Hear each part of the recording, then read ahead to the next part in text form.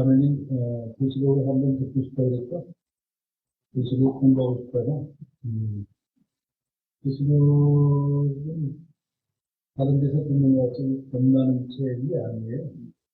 많은, 제가 히든 성경을 만나기 전에 계시록 강의하는 좀 유명하시다는 분들을 다 찾아봤어요.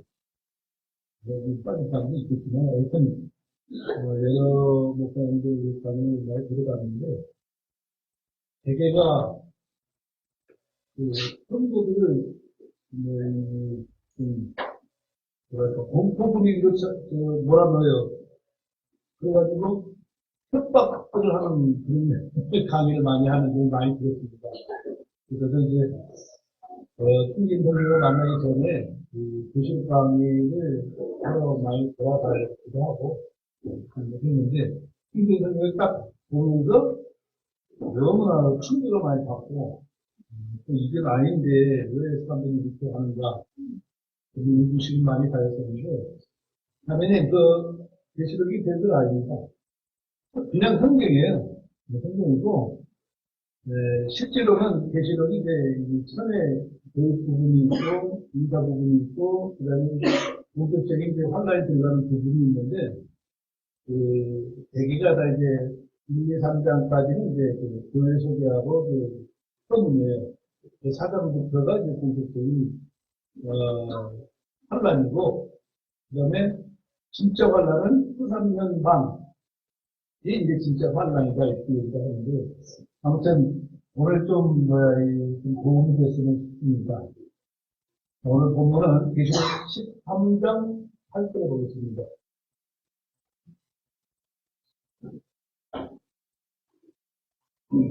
계시록 13장 8절입니다. 읽어드릴게요. 땅에 거하는 모든 자들, 곧 세상의 창조 때부터 죽임을 당한 어린 양의 생명책에 이름이 기록되지 않은 자들이 그에게 경배하리라. 공감 기도하겠습니다. 거룩하시고 은혜가 풍성하신 주님, 저에게 유한한 양식도 주시고, 이제 이렇게 교도하게 하시고, 이 시간 다시 주님의 말씀, 거룩하신 말씀 앞에 함께 하시면 감사합니다. 부족하고 인약한 종이 주님의 으로 감동하시는 대로 말씀을 준비하고 대응하고자 합니다. 많이 부족하고 연약하지만 그 힘력께서 우리 사랑하는 형제자매들 마음을 열시고 이제 참으로 주님을 사모하는 마음으로 말씀을 받아들일 수 있도록 이렇게 도와주시길 원합니다. 주님께서 저희 입술을 주관해 주시고 청년의 감동하시는 마음이 우리의 마음을 열고 길을 열어 말씀을 받아들입니다. 과연 그러한 거 아니에요. 우리의 말씀을 선구하는 우리 선교들이 도와주시기 원합니다. 그러면 주님께 맡기며 돌아가신 예수님의 이름으로 기도하는 날입니다. 아멘. 제목은 누가 짐승의 뼈를 봤나 이렇게 제목을 붙였습니다. 지난달에도 제가 영원한 생명에 대한 얘기를 했는데 많이 겹치고 똑같은 소리를 제가 계속 하는 것 같긴 해요. 여러분들 들어보면, 목사님 다른 걸 할 거 없나? 근데 그런 것만 하시면, 이렇게 생각하실 수도 있을 것 같습니다만, 아무튼, 그만큼 중요합니다. 영원한 생명이 무엇인가. 며칠 전 제가 장애인을 지원하는 일을 하는 장로님들에게서, 미국에서 사역하시는, 나이 드신 선교사님 부부가 장로님 댁에서 이제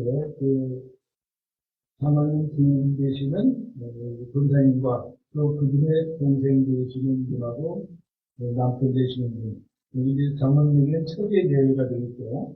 그 세 분을 앉혀놓고 부부계식으로 복음 전하는 모습을 보게 되었습니다. 그분들의 장로님 댁에는 아주 특별한 관계인 것 같았습니다. 그 집에서 좀처럼 외부의 사람들은 제가 본 일이 없는데 그분들은 그 집에서 식식을 하고 있었습니다.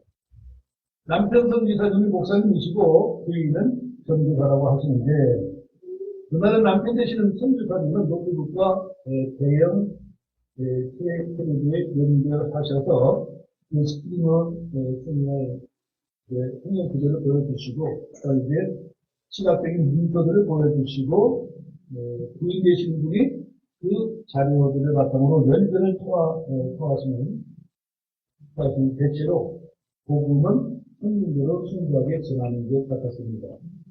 저는 다른 방에서 듣는데 그 여자분이 혹시 목사님이 아닌가 했는데 나중에 알고 보니 그분은 선교사님의 부인으로 전도사라고 했습니다.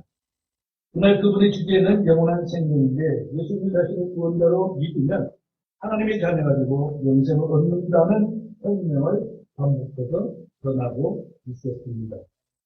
개혁성경에서 영생은 우리가 보는 성경에서는 영원한 생명이라고 번역을 했는데 아무튼 영생에 대해서 길게 설명하시는 것을 보면서 과연 듣는 사람들이 영생을 얼마나 공감하며 자기가 영원한 생을 얻었음을 어떻게 이해하고 어떻게 믿고 어떻게 받아들일까 하는 생각을 갖게 되었습니다. 제가 영원한 생명에 대해서 여러분들에게 설교할 때마다 듣는 성도들이 어느 정도로 인식하고 자기가 어떻게 연관시키며 또 어떻게 믿을까 하는 생각을 갖게 되었습니다. 여러분들은 영원한 생명을 얻었습니까? 네. 이는 문자적이고 영적인 것이기 때문에 자기의 믿음을 다른 사람에게 보여줄 수 있는 것은 아닙니다. 믿는 자, 각 사람이 어떻게 받아들이는가는 개개인에게 달려있을 뿐입니다. 저는 그분의 설명을 들으면서 생각했습니다. 과연 우리 성도들도 영원한 생명에 대해서 얼마나 공감하고 어떻게 이해하고 있을까? 영원한 생명은 간단하게 말하면 생명의 부활입니다. 우리가 사람은 누구나 한 번은 죽습니다. 그러나 예수님은 자신의 구원자를 믿는 사람들은 주님이 다시 오실 때 이미 죽었거나 살아있거나 모두 부활하게 됩니다. 예수님을 믿고 구원받은 사람들은 죽어도 다시 살고 그분이 오실 때 살아있는 사람들은 영원히 죽음을 맛보지 않습니다. 다만 썩지 않을 부활의 몸으로 호련히 변화될 것입니다. 계속해서 자주 보는 성경 구절이지만 다시 한번 더 보겠습니다. 고린도전서 15장 51절, 52절, 53절까지 한번 보겠습니다. 아마 여러분들은 이제 귀가 날도록 들어서 알겠지만 이제 아는 것으로 끝내지 않고 그것을 자기 것으로 소화하고 더 나아가서는 다른 사람에게도 설명할 수 있어야 될 줄로 알아서 다시 보는데 고린도전서 15장 52절도 보면 보라 내가 너에게 한 신비를 보이노니 오전에도 내가 신비가 뭐냐 그 신비에 대해서 말씀을 드리는데 이 부활도 신비입니다. 보라 내가 너에게 한 신비를 보이노니 우리가 다 잠자지 않냐고 마지막 나팔소리가 날 때에 눈 깜짝할 사이에 순식간에 다 변화된다. 나팔소리가 나면 죽은 자들이 썩지 않을 것으로 일으켜지며 우리가 변화되리니 이는 일생을 것이 반드시 썩지 아니함을 입고 이 죽을 것이 반드시 죽지 아니함을 입을 것이기 때문이다. 이것이 영원한 생명입니다. 저와 여러분들은 한번 죽습니다. 또 우리는 썩을 몸을 가지고 살아가고 있습니다. 그런데 부활의 몸을 입게 되면 더 이상 썩지 아니하고 죽지 아니합니다. 늙지 않습니다. 병들지 않습니다. 영원한 생명을 가장 쉽게 이해하고 정확하게 알려주는 성경 구절이 있는데 바로 요한복음 11장 25절로 27절 말씀입니다. 이것을 완전히 이해한다면은 영원한 생명이란 부활이구나 라고 여러분들이 알게 될 것입니다. 많은 사람들이 이 세상에 태어나서 한 번도 죽지 않은 거야. 죽음을 맛보지 않은 사람 하나도 없는데 또 부활이 있다는데 예수님이 부활하신 건 먼 2000년 전이고 지금은 부활하는 걸 우리가 본 일이 없는데 과연 그 부활이 무엇이냐. 그래서 이게 그냥 막연하게 받아들이는 사람들도 많이 있습니다. 어쨌든 오늘 이 말씀은 영원한 생명은 무엇이냐를 정확하게 표현한 구절이 무엇인가 묻는다면은 요한복음 11장 25절 27절 말씀을 여러분이 제시해 주셔도 된다. 이 얘기입니다. 이 사건은 나사로가 병들어 죽고 묻혔을 때 그들을 찾아온 예수님과 나사로의 누이 마르다와의 대화 내용이죠. 25절 보십시오. 예수님께서 그녀에게 이르시되 나는 부활이요 생명이 나를 믿는 자는 죽어도 살겠고, 이제 모든 다 일반적인 수준이죠. 네, 죽어도 살겠고. 26절에 누구든지 살아서 나를 믿는 자는 결코 죽지 아니하리라. 자, 살아서 안 믿는 사람은 누가 있습니까? 다 살아서 믿지. 근데 이 내용은 예수님이 저희들을 불러올릴 때까지 살아있는 자, 그 전에 말하는 것이죠. 이것을 내가 믿느냐 하시니 27절 그가 그분끼리 그러하오이다. 주여 주께서는 그리스도시요 세상에 오시고 하나님의 아들이신 줄 내가 믿나이다 하노라. 이 말씀이 영생, 즉 영원한 측면을 가장 잘 나타내는 구절이라고 저는 생각을 합니다. 여러분들은 구원받았습니까? 몇 사람 안 되네요. 구원받은 사람이. 네. 여러분들은 영원한 생명을 얻었습니까? 예, 그래도 몇 사람 안 돼요. 여러분들이 영원히 썩지 않을 몸으로 부활할 것을 믿습니까? 대답이 아까운 거고요. 네. 그 믿음이 곧 영원한 생명입니다. 영원한 생명하면 여러분들이 이 구절을 떠올리면 쉽게 이해하고 믿어지고 설명될 것이라 생각을 합니다. 요즘 이스라엘과 팔레스타인 사이에 전쟁이 벌어지는 것을 보면서 교회들이 긴장하고 이스라엘을 위하여 열심히 기도하며 곧 큰 환란이 임할 터인데 더욱 신앙에 정진하여 큰 환란 때에 진정이 들어받지 않도록 해야 한다며 교회들이 여러 가지 이름으로 기도회를 열고 있습니다. 하나님을 믿지 않는 사람들은 이 이스라엘은 침략자입니다. 예, 남이 잘 살고 있는 나라에 가서 다 죽이거나 쫓아내거나 하는 자기들이 차지하는 거예요. 일본이 우리나라를 침략하거나 똑같습니다. 또 서양 사람들이 인디안 것을 갖다 죽이거나 이런 노예로 잡고 땅을 차지하고 주인으로 하는 거나 똑같습니다. 그러니까 이스라엘 주변의 다른 나라 사람들이 보면은 이스라엘은 착한 사람이 나쁜 사람이에요. 그놈이죠. 한마디로 얘기해서 강도요. 예. 근데 이스라엘 사람은 하나님께서 우리에게 준 땅이다. 믿지 않는 사람들 볼 때 그건 네 얘기지. 아무튼 주께서 쉬지 말고 기도하라고 하셨으니 기도하는 것은 참으로 잘하는 일입니다. 예. 다만 주께서 기뻐하시는 기도입니다. 합당한 기도인가, 응답하시는 기도인가를 알아야 할 것입니다. 이 땅에 전무후무한 큰 환란이 오겠지만 큰 환란들의 어린 양이신 신랑이 신부되는 교회를 하늘로 채워가심으로 큰 환란 때에는 이 땅에 어린 양의 신부인 교회는 없습니다. 이것이 곧 교회와 예수 그리스도와의 신부인 것입니다. 미술을 좋아하는 사람들은 전주관을 자주 찾아갑니다. 저는 그림에 대해서는 문외한입니다. 유명한 사람의 그림은 보는 사람마다 표현이 다르고 해석이 다르다고 합니다. 그리고 보는 각도에 따라 다른 모습을 볼 수 있다고 말합니다. 그렇습니다. 어떤 사람은 명작이라고 감탄하는데 어떤 사람은 저걸 그림이라고 그리고 저걸 천시했단 말이야. 혹평하는 사람들도 있습니다. 그림을 좋아하는 사람은 수천만 원을 주고 그걸 사지만 그림을 좋아하지 않는 사람은 그것을 하는 사람을 미쳤다느니 돈이 아깝다느니 하면서 혹평을 하죠. 음식도 마찬가지입니다. 오늘 점심이 너무 맛있어서 어제 대전까지 가가지고 먹은 그보다 훨씬 낫다. 우리 집단 이때 말하는데 좀 맛있게 잘 먹었습니다. 네. 이 음식도 마찬가지인데 같은 자리에서 같은 음식을 같이 먹었습니다. 근데 어떤 사람은 맛있다고 감탄한가 하면 어떤 사람은 이걸 왜 먹지? 왜 맛있다고 하는지 모르겠다며 혹평을 하기도 합니다. 배부른 사람에게는 무엇이든지 맛있습니다. 그러나 배부른 사람에게는 어떤 진수성찬도 맛있게 먹을 수 없습니다.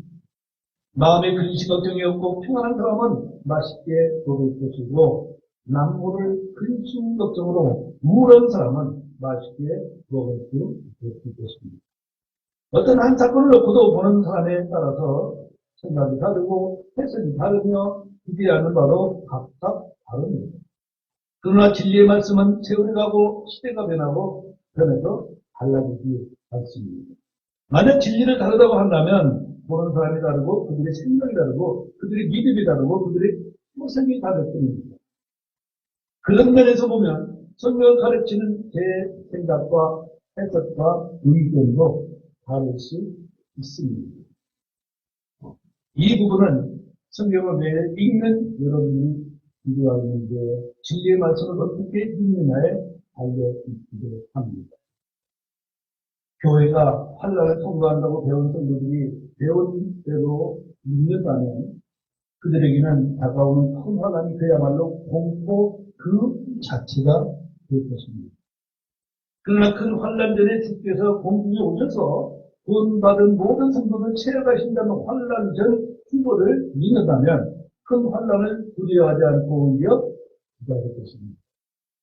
이것이 진리의 말씀을 기록된 대로 믿는 사람들의 믿음의 차이가 될 것입니다. 큰 환란 때 짐승의 표는 누가 받는가? 오늘 주제이기도 합니다. 이것은 해답은 아주 간단합니다. 큰 환란 때 이 땅에, 즉 지상에 남아있는 자들이 받게 됩니다. 그러면 누가 큰 환란 때 지상에 남아있게 될까요? 계시록을 읽어보면 누구나 쉽게 알 수 있습니다. 계시록은 비밀스럽게 닫힌 책이 아닙니다. 결코 들어온 책이 아닙니다. 성경 전서가 몇 권으로 되어 있어요? 66권으로 되어 있습니다. 그 중에 65권이나 동일한 하나님의 말씀입니다. 기록된 성경을 하나님의 말씀으로 믿는 자들이라면 누구나 보고 이해할 수 있는 책입니다. 주님은 성경 기록들을 탐구하라고 하셨습니다. 예수 그리스도께서 자신의 종들에게 보여주시고 겉으로 드러낸 것으로 이 말씀들을 읽는 자들과 그것을 지키는 자들은 복이 있는 자들이라 그렇게 말씀하셨습니다. 그런데 많은 교회가 이 계시록을 가지고 무수한 장난을 치고 무수한 본놀이를 하고 있습니다. 겁을 주고 있습니다. 자, 그러면 주님은 뭐라고 말씀하시는가? 우리 계시록을 좀 갑시다. 계시록 1장 1절부터 3절까지 말씀을 보겠습니다.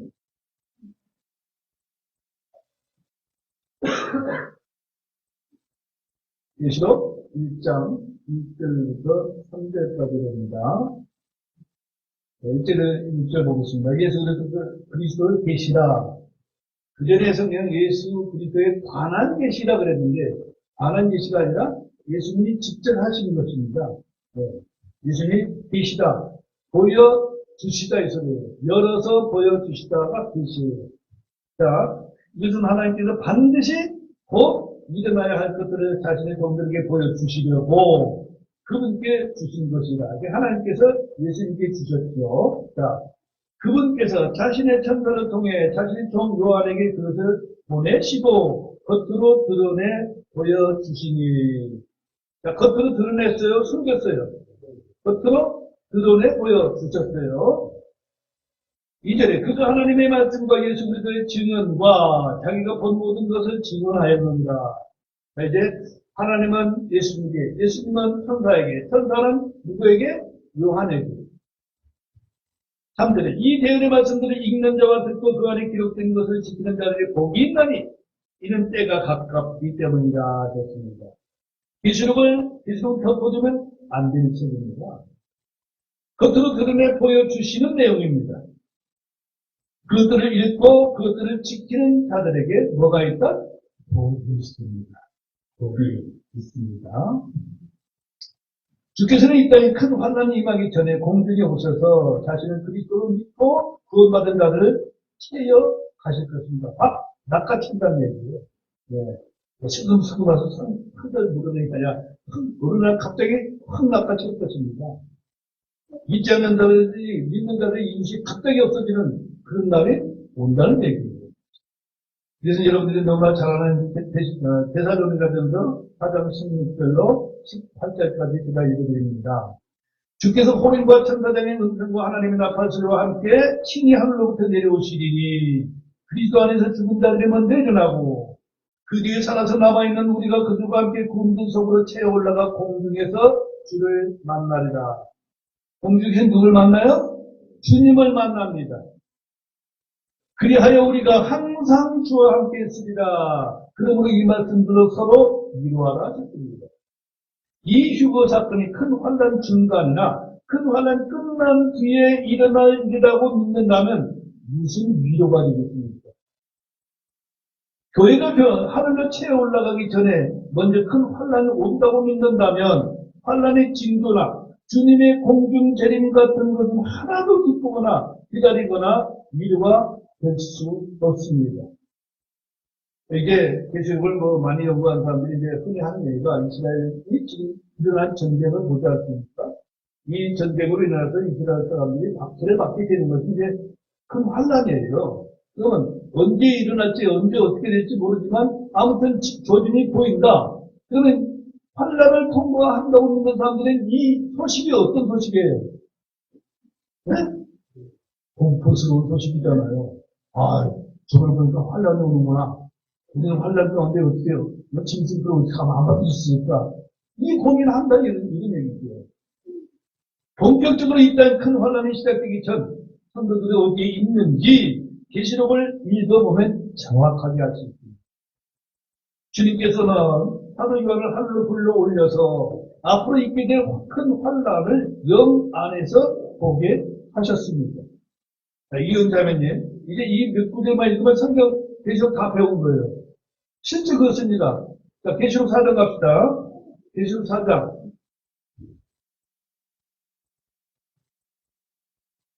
이게 지금 예수님이 요한에게 한 얘기예요. 4장 1절에 봅시다. 2일 뒤에 내가 보니 보라 하늘에 한 문이 열려 있더라. 또 내가 들은 첫 번째 음성 곧 나팔 소리같이 내게 이야기하는 음성이 이르시되 이리로 올라오라. 이후에 반드시 있을 것들을 내가 내게 보이리라 하시더라. 이 후에는 이제 1장에서 3장까지는 얘기하는 거예요. 근데 그 얘기 끝난 다음에 사도 요한에게 이리로 올라오라. 이리로 올라오라. 저와 여러분들이 얼마나 듣고 싶은 음성입니까? 진동강 일로 올라오라. 박사마 일로 올라오라. 저는 그 말 듣기를 진짜 날마다 소홀합니다. 아직 여러분이 접근 탈날이 남아있는 사람이나 아니면 아파트 당첨된 사람이 있는 사람들은 그거 어떡하지 이럴지도 모르겠지만 자, 요한복음 10장 3절 한번 묵상하고 넘어갑시다. 요한복음 10장 3절. 요한복음 10장 3절. 한번 다 같이 읽어볼까요? 요한복음 10장 3절 시작. 문지기는 그에게 문을 열어주고 양들은 그 음성을 듣나니 그가 자기 양들을 이름으로 불러 그들을 밖으로 인도하느니라 하셨습니다. 주님께서 구원받은 여러분들의 이름을 아실까요? 모르실까요? 알고 계시죠? 그 다음에 여러분들의 이제 휴가 사건이 일어난 다음에 여러분들 이름을 부를까요? 부를까요? 부르죠. 부르죠. 문이신 분께서 자기 양들을 이름으로 불러 세상 밖으로 인도하실 것입니다. 구원받은 여러분들의 이름은 이미 어린 양의 생명책에 기록되어 있다 없다? 기록되어 있습니다. 은설이 전력? 은설이 이름이 어디에 기록되어 있다고? 어린 양의 생명책에 그 예수님 마음 안에 있습니다. 자, 이제 계시록으로 가서 계시록 4장에 사도 요한은 주께서 이리로 올라오라 하신 명령을 받고 즉시 영 안에서 올라가 보니 한 왕자가 있어요. 그리고 그 왕자 둘레에 24자리가 있고 24자리에는 누가 있어요? 24 장로들이 있습니다. 자, 계시록 4장 2절 같이 읽습니다. 시작. 즉시 내가 영 안에 있었는데 보라 하늘에 한 왕자가 놓여 있고 그 왕자에 한 분이 앉아 계시더라. 자, 이제 저와 여러분들도 어느 날 주께서 올라오라 하면 올라가서 모습을 보입니다. 자, 4절.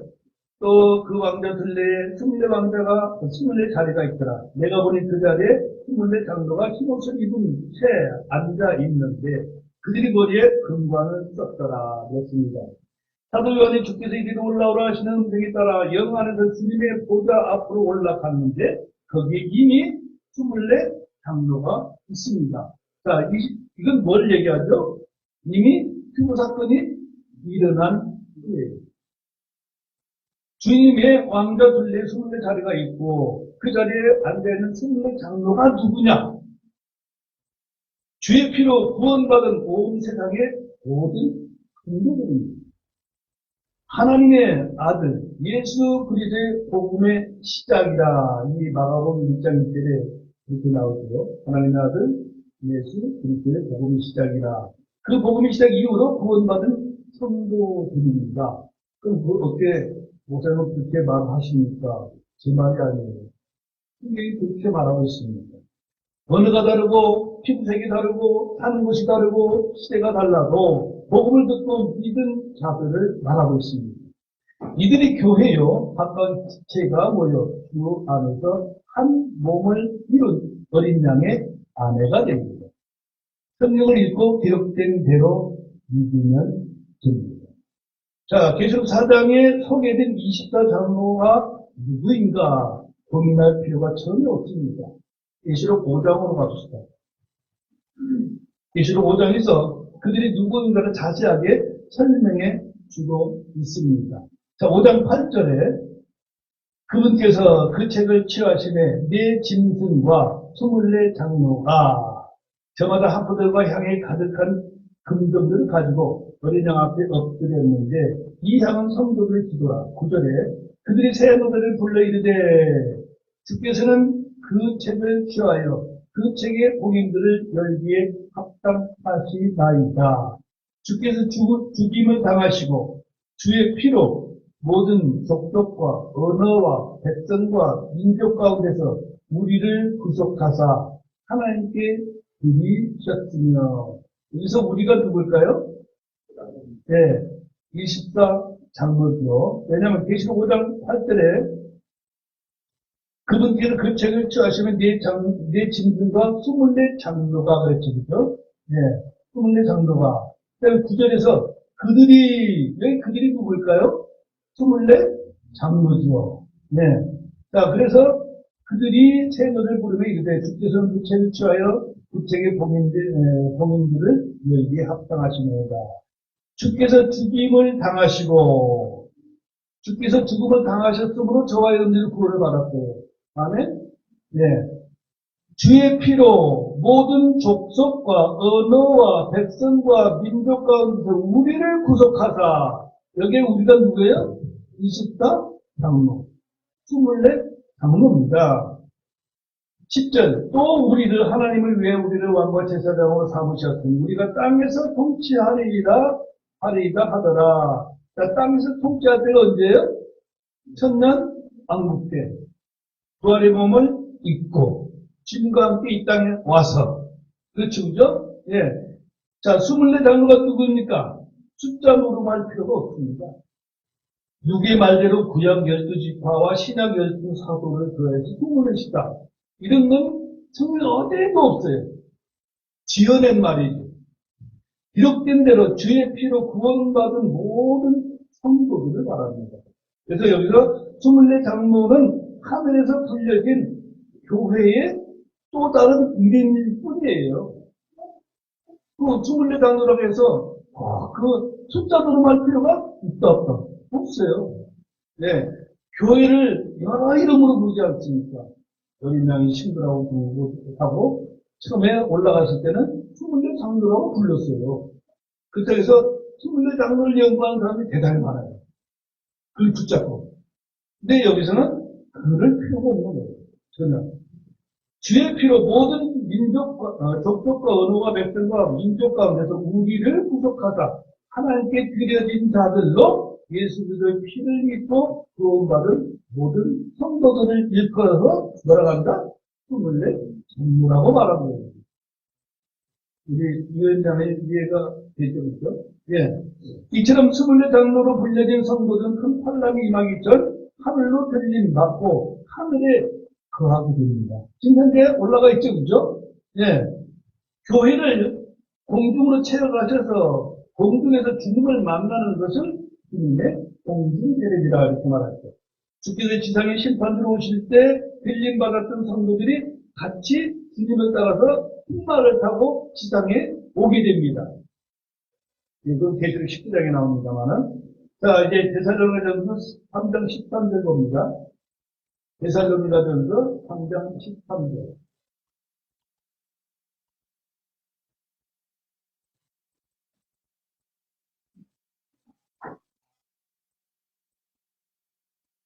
데살로니가전서 3장 13절 같이 읽겠습니다. 이것은 우리 주 예수 그리스도께서 자신의 모든 성도들과 함께 오실 때에 그분께서 하나님 곧 우리 아버지 앞에서 너희 마음을 거룩하니 흠이 없어 기꺼이 세우시게 하려 합니다. 자, 예수님이 지상 재림할 때는 언제일까요? 이 땅에 심판하러 오시죠. 7년 환란이 끝날 즈음에 주님이 지상을 재림하십니다. 그때 누구하고 같이 온다고요? 자신의 모든 성도들과 함께 오십니다. 그렇다면 환란 전에 미리 올라가 있어야 돼요? 안 있어야 돼요? 올라가 있어야 재림하실 때 같이 오죠. 올라가지도 않는데 어떻게 같이 와? 아직 땅에 있다면.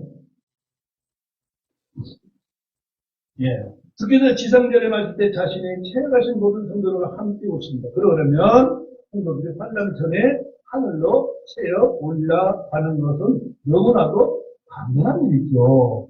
자, 요한일서 1장 14절입니다. 요한일서 1장 14절.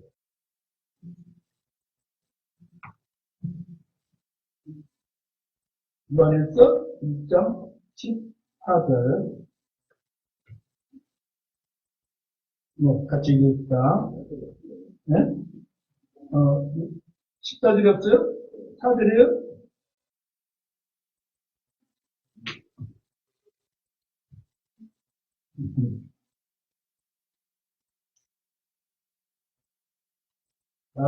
죄송합니다. 유다서를 유다서 죄송합니다. 유다서 김치는 특별히. 유다서 6장 14절. 원고에는 그게 되어 있는데, 이게 나왔습니다. 유다서 1장 14절 같이 읽겠습니다. 아담으로부터 7번째 사람인 에녹도 아들에 관하여 대언하여 이르되 보라 주께서 자신의 수많은 성도와 함께 오시나니 했습니다. 수많은 성도와 함께 오시려면은 수많은 성도는 언제 올라가야 돼요? 환란이 오기 전에. 그래야 환란 때 심판 들어오실 때 주님이 수많은 성도와 함께 지상에 오십니다. 아멘. 네. 구원받은 성도들이 큰 환란 전에 하늘로 들림받는 증거는 차고 넘칩니다. 주께서 세상을 심판으로 오실 때에 성도들과 함께 오시려면 성도들이 큰 환란 전에 채어 올라가는 것이 당연하다. 이런 말입니다. 이 땅에 큰 환란이 임하고 짐승이 통치하게 될 때 누가 그들의 통치를 받게 될까요? 물론 이 땅에 거하는 자들입니다. 환란 때 이 땅을 통치하게 될 짐승과 큰 용은 하늘에 거하는 자들에게 어떻게 하지 못하므로 그들을 모독할 수밖에 어찌하지 못합니다. 계시록 13장 5절 봅시다. 계시록 13장 5절.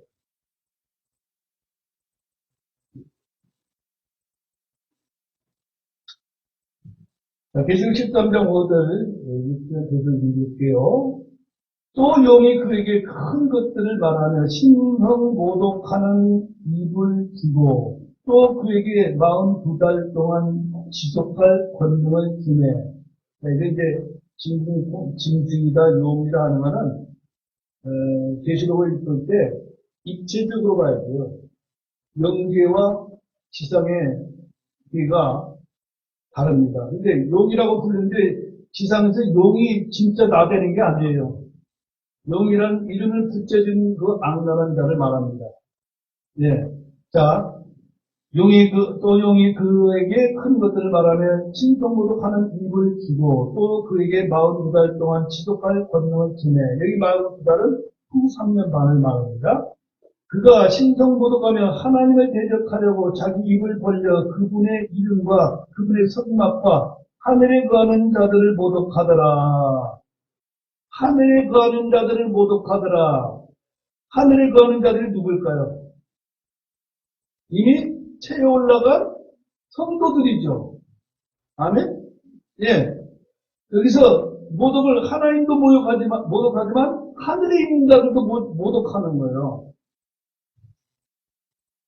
용이 죽이고 싶도록 미운 자들, 즉 주님의 편에 선 성도들은 이미 이 땅을 떠나 하늘에 있습니다.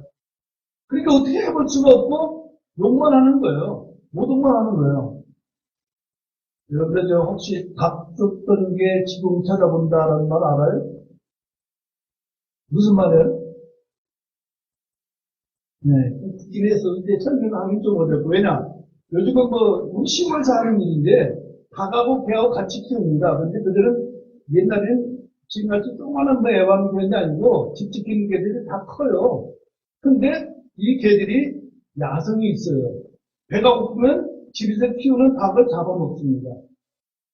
잡아먹어요. 저희들 자랄 때는 그렇게 했어요. 네. 그러면은 개가 닭을 잡아먹으면 막 쫓아가요. 근데 야생들 자란 닭은 날라요. 그럼 막 쫓아가는데 확 날라서 어디로 올라가? 지붕으로 올라가. 그럼 개는 따라 올라갈 수 있어요, 없어요? 없어요. 그러니까 닭 쫓은 개가 뭐 쳐다봐? 지붕을 쳐다보고 있는 거예요. 이것이 지상의 통치자들이 성도들 죽이고 싶어도 못 죽여. 어디가 있기 때문에? 하늘에 있기 때문에. 하늘에 있기 때문에. 자,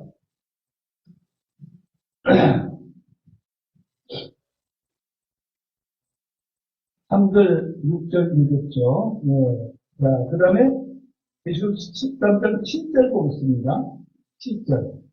또 그가 성도들과 전쟁하여 그들을 이기는 것을 허락받고 모든 족속들과 언어들과 민족들을 다스리는 권능을 받았으므로 여기에 문제가 발생합니다. 계시록 13장 7절에 나오는 성도들은 환난 전에 구원받은 자들이 아니라 환난 가운데서 구원받은 자들이에요. 근데 계시록을 강의하는 사람들 보면 환난 때는 구원이 없다고 말합니다. 근데 성경에 있어요. 네. 자, 계시록 11장에 두 증인이 나옵니다. 그렇죠, 그죠? 계시록 7장에는 또 누가 나와? 14만 4천이 나옵니다. 이들이 이스라엘 백성들을 구원하기 위해서 복음을 전하는 사역자들이에요. 이스라엘 백성들은 지금 하나님 믿어야 믿어요. 예수님 믿어야 믿어요. 안 믿어요. 근데 하나님은 이스라엘 백성들을 자기 백성으로 택하셨어요. 근데 망나니 짓을 하고 안 돌아와. 그리고 환난을 통해서 그들을 구원하고자 하는 것이 7년 대환란입니다. 이해가 합니까? 예. 자, 환난된 구원받은 성도들은 그 누구도 해치지 못합니다. 성도들 안에는 그리스도의 영께서 계시기 때문에 그렇습니다. 은혜 시대에 구원받은 자들과 환난 시대에 구원받은 자들은 달라요. 어떻게 다른가? 요한일서 4장 4절로 가봅시다.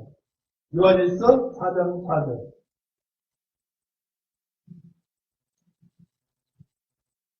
지금 계시록 13장 7절에서는 성도들을 짐승 통치자들에게 성도들을 공격하고 성도들이 지게 돼 있어요. 그렇게 돼 있죠, 그죠? 근데 요한일서 4장 4절을 보니까 어린 자녀들아 너희는 하나님께 속하고 또 그들을 이겼나니.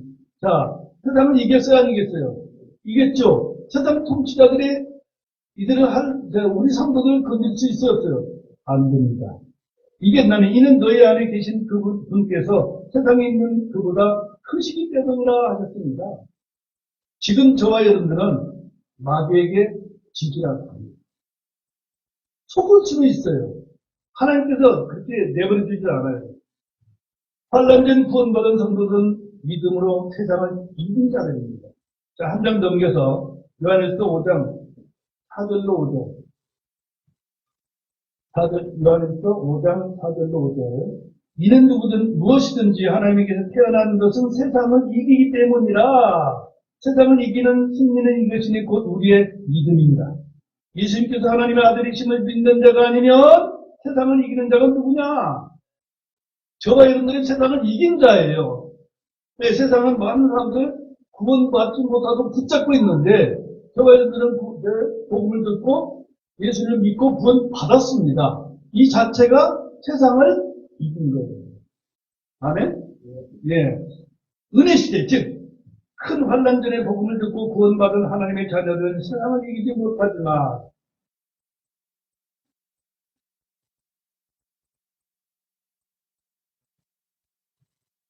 큰 환난 가운데 믿는 자들은 세상 통치자들과 전쟁을 하면 그들에게 지고 죽게 됩니다. 그것이 계시록 13장 7절 말씀이에요. 예. 그가 성도들과 전쟁할 그들을 이기는 것을 허락받았어요. 환난 때는 성도들이 진정 통치자들에게 집니다. 권세를 줬기 때문에. 은혜 시대에 구원받은 성도들과 환난 중에 구원받은 성도들은 매우 다릅니다. 그들은 믿음으로 구원받겠지만 어린 양의 신부로 어린 양의 혼인식에 함께 참여하지 못합니다. 성경을 바르게 나누지 못하는 사람들은 계속해서 성도되라는 말을 은혜 시대에 구원받은 교회라고 생각하기 때문에 교회가 큰 환난을 통과한다고 생각하는 것입니다. 그러므로 진리의 말씀을 바르게 나누어야 하는 것입니다. 은혜 시대에 그리스도의 피로 구원받은 성도들은 그리스도와 한 몸입니다. 오전에 공부했죠, 그죠? 네, 우리는 지체로서 예수님 안에서 한 몸을 이룬다. 자, 로마서 8장 35절. 주님과 우리의 관계를 한번 보면 됩니다. 로마서 8장 35절 답변 안에 있겠습니다. 누가 우리를 그리스도의 사랑에서 구원하시느냐 한명이나 무명이나 공산이나 제국이나 벌거벗이나 유형이나 칼이니라. 아멘. 아무도 어린 양이신 사랑 신랑에게서 어린 양의 신부인 교회를 떼어놓을 수 없습니다. 이 땅에 큰 환난이 임하기 전에 어린 양의 신부인 교회는 신랑이신 예수님께서 반드시 하늘로 채워 가십니다. 이 김하영 자매님 8장 38절로 39절까지 읽겠습니다.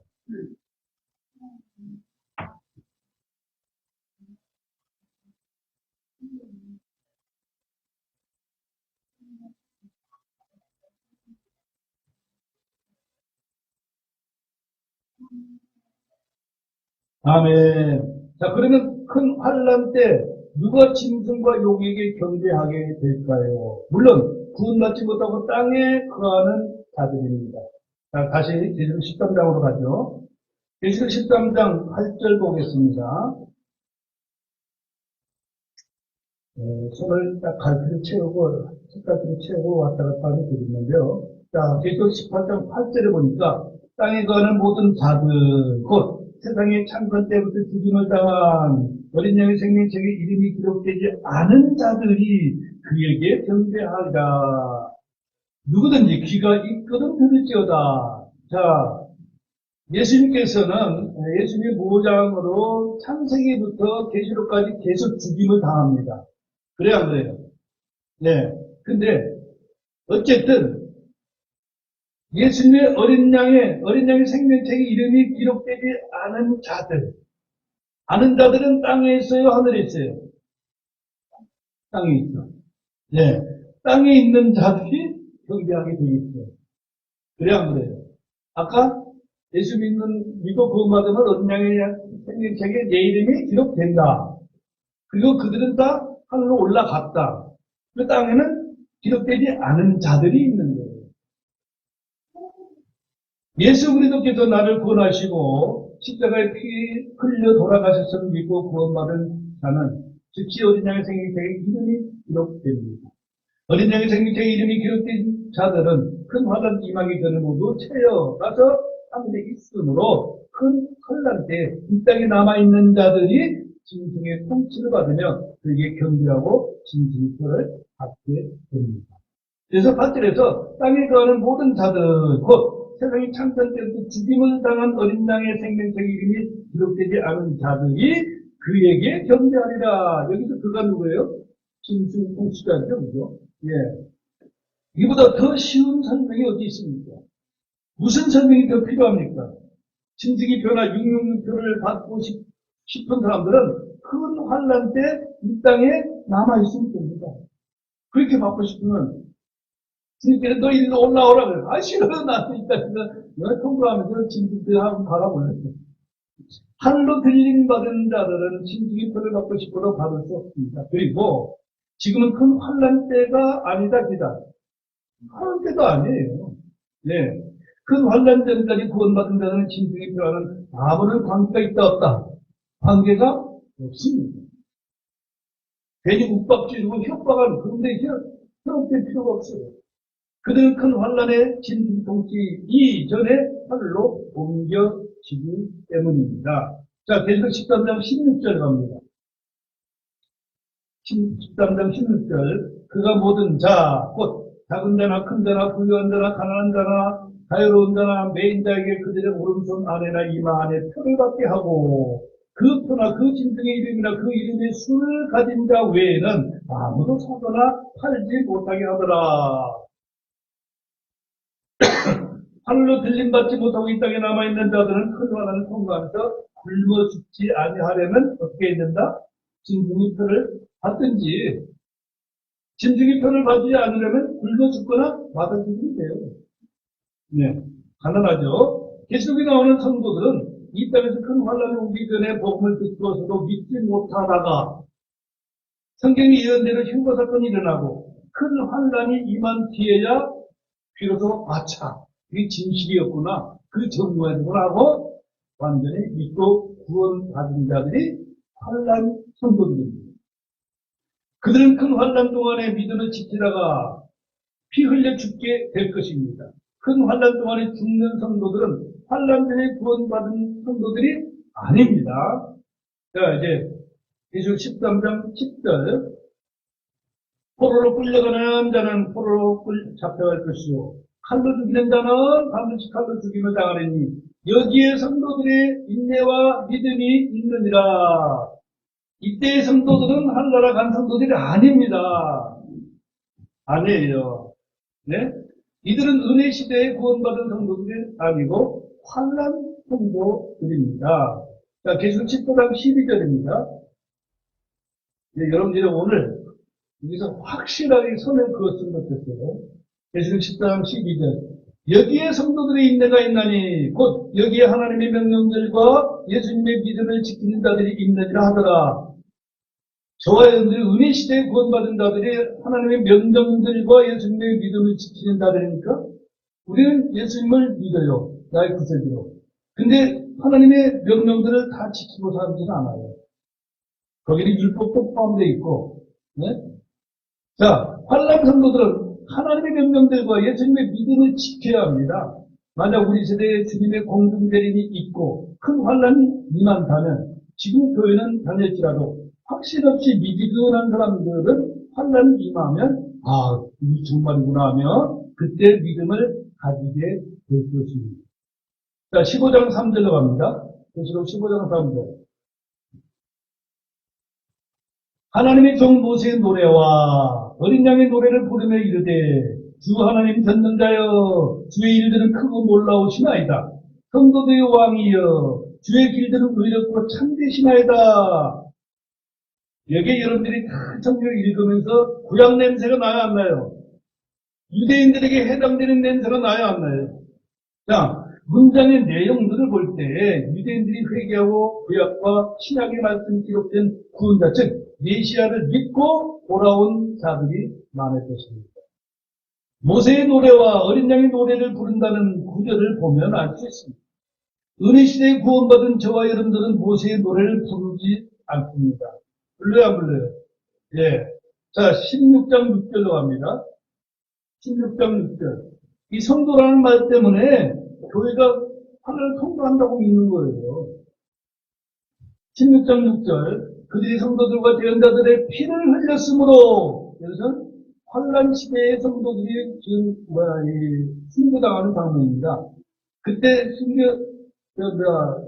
구원받은 자들은 환란 때 거의 다 죽어요. 죽을 수밖에 없어요. 거기서 올바른 신앙 가지고 살 수 있겠어요? 지금 봉치 때? 안 되죠, 그죠? 예. 그들이 성도들과 대언자들의 피를 흘렸으므로 주께서 그들에게 피를 주어 마시게 하셨으니 이것이 그들에게 마땅하나이다 하더라. 참 환란 시대에 구원받았지만 처참하게 죽어갑니다. 구원을 그래도 지옥보다보다 낫죠, 그죠? 예. 자, 주께서 두 주님과 십자가를 다스린 주의 종들과 많은 환란 성도들을 죽인 용들과 짐승들과 음녀들에게 피를 마시게 한다고 적고 있습니다. 자, 17장 6절 갑니다. 17장 6절.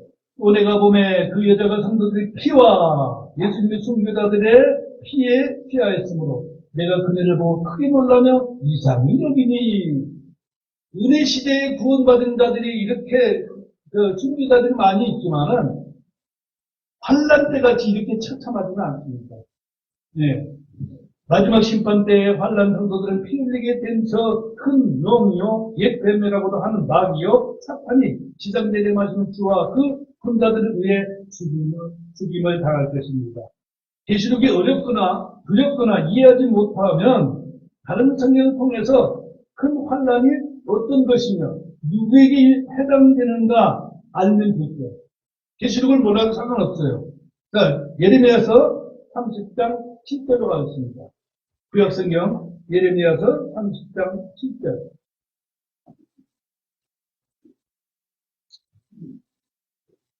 예레미야서 30장 7절. 자, 우리 은설이 읽어보겠습니다.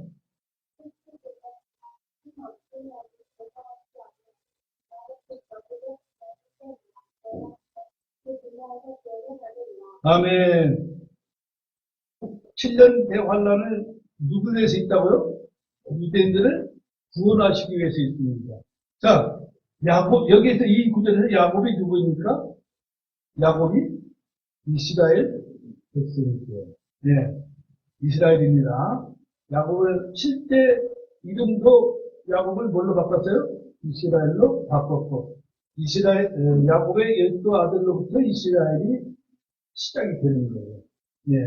자, 큰 환란은 이스라엘의 고난의 때이며 목이 쁘끄다고 고집이 센 그들은 전국 풍부한 큰 환란을 통해서 회개하고 돌아와 구원을 받게 하신다는 것입니다. 독일한 사건은 주님을 믿지 않는 유대인들이 보는 것과 주님을 믿고 구원받은 교회가 보는 것은 너무나도 크게 다릅니다. 큰 환란은 하나님의 백성으로 택한 유대인들이 하나님을 떠나고 하나님을 믿지 않고 그들을 구원하시기 위하여 보낸 하나님의 아들에게 가시관을 씌어 십자가에 못 박고 창으로 찔러 죽인 자들을 구원하기 위한 심판입니다.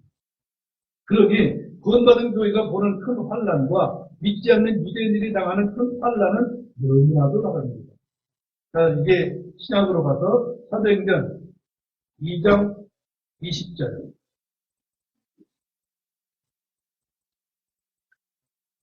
사도행전 2장 20절. 같이 읽겠습니다. 사도행전 2장 20절. 저 크고 주목할 만한 그의 날이 오기 전에 해가 변하여 어둠이 되고 달이 변하여 피가 될 것이나 누구든지 주의 이름을 부르는 자는 구원을 받으리라 하였느니라. 저 크고 주목할 만한 주의 날이 곧 큰 환란입니다. 유대인들에게 경고한 구약의 요엘 예언자는 그 달을 뭐라고 했을까요? 크고 두려운 주의 날을 그랬습니다. 자, 크고 두려운 주의 날과 크고 주목할 만한 주의 날, 이건 어떤 차이가 있을까? 어떤 차이가 있을까? 크고 두려운 날은 내가 당하는 것이고, 크고 주목할 만한 것은 있기는 있는데 나하고는 별로 상관없어. 말하자면 강 건너 불이 났는데 구경하는 거예요. 유대인들은 불이 난 장소에 있는 것이고 구원받은 우리들은 볼 때는 저 건너에서 불이 나가 있고 사람들이 죽어가는 걸 보는 거예요. 그러니까 그 똑같은 구절인데 표현이 이렇게 다른 거예요. 왜 다르냐? 크고 두려운 주의 날인가? 크고 주목할 만한 주의 날인가? 우리가 볼 때는 크고 주목할 만한 날이지 크고 두려운 날은 아니에요. 크고 두려운 날은 누구야? 큰 환란이 누구에게 임하든지 더욱 쉬운 설명은 마태복음 24장입니다. 24장은 이 구절 보고 마칠게요. 마태복음 24장 16절 봅니다. 그때 유대에 있는 자들은 산으로 도망할지어다. 어디에 있는 자들? 지금 인자는 어디에 있어요? 네, 한국에 있죠. 유대에 있는 자들이 도망가야지 한국에 있는 자들이 도망갈 필요가 있어요? 없어요? 없어요. 없습니다. 그때가 언제입니까? 큰 환란 때예요. 그때 어디에 있는 자들입니까? 유대에 있는 자들입니다. 우리가 살고 있는 곳은 어디예요? 주기의 동쪽 대한민국입니다. 여러분들이 구원받았음이 확실하다면 그때 큰 환란 때엔 대한민국에도 이 땅 어디에도 없고 어디에 있어요? 하늘에 있죠. 하늘에 있어요. 예. 자, 20절 마태복음 20장 20절. 그러나 너희의 도피하는 일이 겨울이나 안식일에 일어나지 않도록 너희는 기도하라. 언제 일어나지 않도록? 안식일. 21절. 그때 큰 환란이 있을 터인데 세상이 시작된 이래로 이때까지 그런 환란이 없었고 이후에도 결코 없습니다. 자, 여러분들은 안식일을 지킵니까? 안 지킵니까? 여러분들에게 안식일하고 상관이 있어요? 없어요? 없어요. 그럼 그 환란은 누구에게 해당되는 거예요? 유대인들에게. 그래요. 안식일을 지키는 민족은 유대인들입니다. 안식일을 지키려면 멀리 도망도 갈 수 없습니다. 그러므로 큰 환란이 일어나는 날이 안식일이 아니기를 기도하라는 것입니다. 이번에 블레셋 사람들이, 파레스타인 사람들이 이스라엘을 언제 공격했어요? 안식일 새벽에. 그럼 안식일은 이스라엘 사람들은 우리나라 일요일날 이북에 침략한 거랑 똑같은 거예요. 일요일은 다 놀아. 광명소도 놀아.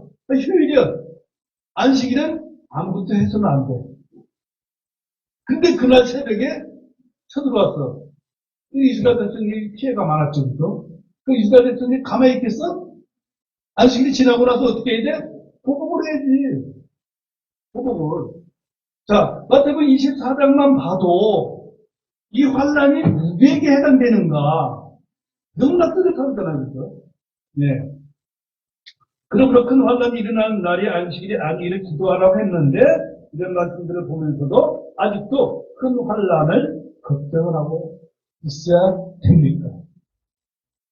아직도 큰 환란을 통과하며 진등의 표를 표받는 것을 걱정하고 두려워해야 합니까? 그렇게 믿는 성도들이 있다면 괜한 일로 근심 걱정하며 쓸데없는 공포 속에 떨고 있는 것입니다. 진리의 말씀을 바르게 나눈다는 것이 얼마나 중요한 일인지를 깊이 깨달아야 할 것입니다. 여러분들이 구원받았다면 여러분들의 이름은 어린 양의 생명책에 기록되어 있음을 믿으시기 바랍니다. 주께서 환란전에 공중에 오셔서 여러분들의 이름을 불러 올리실 것입니다. 아멘. 그렇게 믿습니까?